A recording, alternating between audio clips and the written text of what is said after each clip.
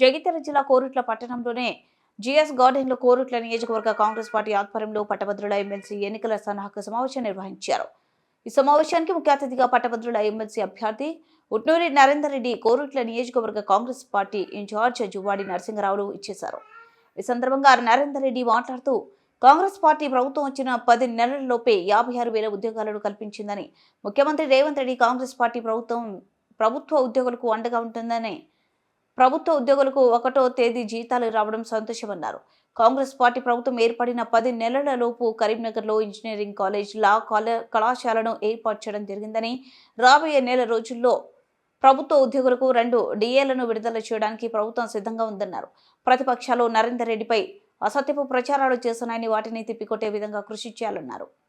Retired employees, అదేవిధంగా కొంతమంది టీచర్స్కు ప్రతి ఒక్కరికి పేరున నమస్కారం తెలియజేస్తూ, మనము పేద ఆదివారం నాడు కూడా నరేందర్ రెడ్డి గారిని ఆహ్వానించడం జరిగింది. చాలా పెద్ద ఎత్తున ఆ రోజు మనం కేపీఎల్ అని కోరుట్ల ప్రీమియర్ లీగ్ పెట్టి దాదాపు 7,000 మంది ఆ రోజు కని విని ఎరగని కోరుట్ల చరిత్రలో అంతమంది జనం రావడం, మరి వారిని అక్కడ పరిచయం చేసి ఇదే ఇక్కడ మనం కార్యకర్తల సమావేశం, మరి నరేందర్ రెడ్డి గారు ఆ రోజు వచ్చేది ఉంటే తెల్లారి నామినేషన్ ఉన్న కారణాల మంత్రులతో సమావేశమై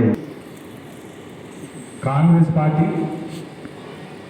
పరిశీలించి రిపోర్ట్ తెప్పించుకొని మరి నిజంగా ఎవరైతే గెలుపు బాటలో ఉంటారో అని ఆలోచించి మరి అలా నరేందర్ రెడ్డి గారిని ఎన్నుకోవడం జరిగింది.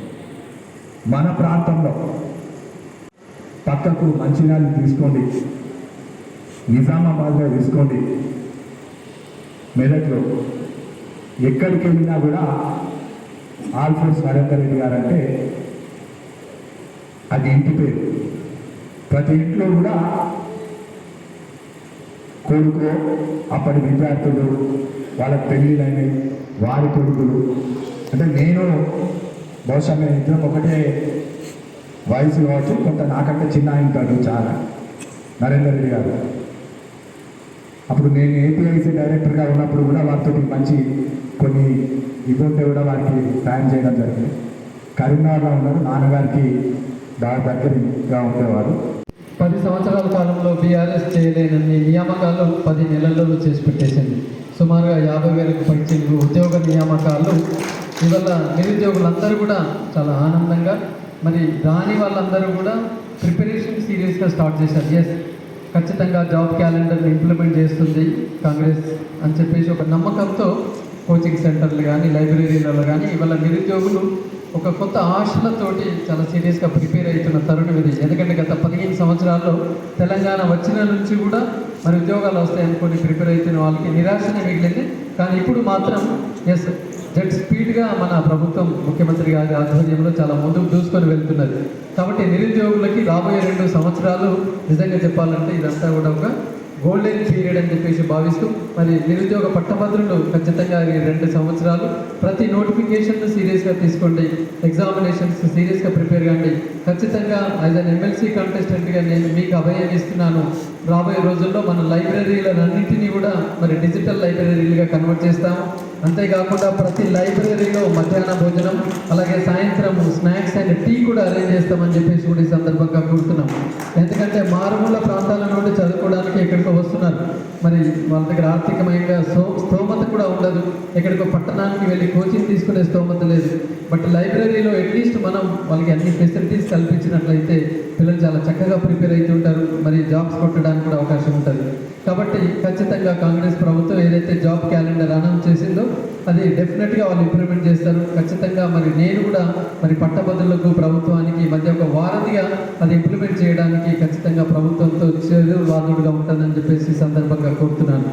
ఇవాళ మరి ఉద్యోగుల సమస్యలు కూడా చూసుకున్నట్లయితే ఈ ప్రభుత్వం ఆల్మోస్ట్ చకాచక చాలా ట్రాన్స్పరెంట్గా, గతంలో ట్రాన్స్ఫర్స్ అంటే ఒక వారం 10 రోజులు గుసగుసలు, రికమెండేషన్లు, ఎన్నో టెన్షన్ల మధ్య ఉండేది. బట్ ఇవాళ మనం పరిస్థితి చూసుకున్నట్లయితే రాష్ట్ర ముఖ్యమంత్రి వర్యులు రేవంత్ రెడ్డి అన్న గారి ఆధ్వర్యంలో ఓవర్ నైట్లో తెల్లారిసరికల్లో వెరీ ట్రాన్స్పరెంట్గా జరిగిపోయినాయి. కొన్ని కేసెస్ నేను చెప్తుంటాను. ఫిజికల్ ఎడ్యుకేషన్ టీచర్స్, పీఈటీస్ 24 సంవత్సరాల తర్వాత వారికి మరి పీడీస్గా ప్రమోషన్ జరిగింది ఆఫ్టర్ 24 ఇయర్స్. అలాగే పండిట్ ట్రైనింగ్ టీచర్స్, అది తెలుగు, హిందీ, ఉర్దూ పండిట్ ట్రైనింగ్ టీచర్స్, వాళ్ళు కూడా సుమారుగా ఒక 12,000 మంది ఉద్యోగులు, వారికి కూడా ఆఫ్టర్ 24 ఇయర్స్ ప్రమోషన్ రావడం జరిగింది. అంటే అసలు వాళ్ళు ప్రమోషన్ రావు అనుకున్నారు, ఇక మర్చిపోయారు. జీవిత కాలంలో 24 సంవత్సరాల నిరీక్షణ తర్వాత ఏముంటుంది చెప్పండి, స్టాంప్ రియంబర్స్మెంట్స్. ఇది ఒకటి కొంచెం బాధాకరమే. గత 3 సంవత్సరాల నుంచి స్కాలర్షిప్ లేవు. బట్ ఖచ్చితంగా మరి ముఖ్యమంత్రి గారితో నేను అపీల్ చేస్తాను, రిక్వెస్ట్ చేస్తాను, అట్లీస్ట్ 25% అయినా ఈ నెలలో వచ్చే నెలలుగా రాబోయే 2 నెలల్లో ఖచ్చితంగా అవన్నీ క్లియర్ అయ్యేటట్లుగా చూస్తాను. ఎందుకంటే యాజమాన్యాలు మరి వాళ్ళ 3 సంవత్సరాల నుంచి రీఎంబర్స్మెంట్ లేకుండా చాలా ఇబ్బంది పడుతున్న పరిస్థితి. మరి వారిని తప్పకుండా మరి ఒక తోటి యాజమాన్య మిత్రుడిగా వారికి నేను అండగా ఉంటానని చెప్పేసి కూడా ఈ సందర్భంగా కోరుతున్నాను. అలాగే మరి వాళ్ళ ప్రైవేట్ విద్యా సంస్థలు మరి మోర్ దెన్ 50% ఆఫ్ ద స్టూడెంట్స్కి ఎడ్యుకేషన్ ఇస్తున్నారు. మరి ప్రభుత్వ ఆదాయాన్ని ఎంతగానో సేవ్ చేస్తున్నారు. అయినా మరి వాళ్ళ ప్రైవేట్ విద్యా సంస్థల టీచర్లు మరి చాలా ఎలాంటి ఆదరణకు ప్రభుత్వం నుంచి గురి కాకుండా ఉన్నారు. వారికి కూడా వారి హెల్త్ కార్డ్స్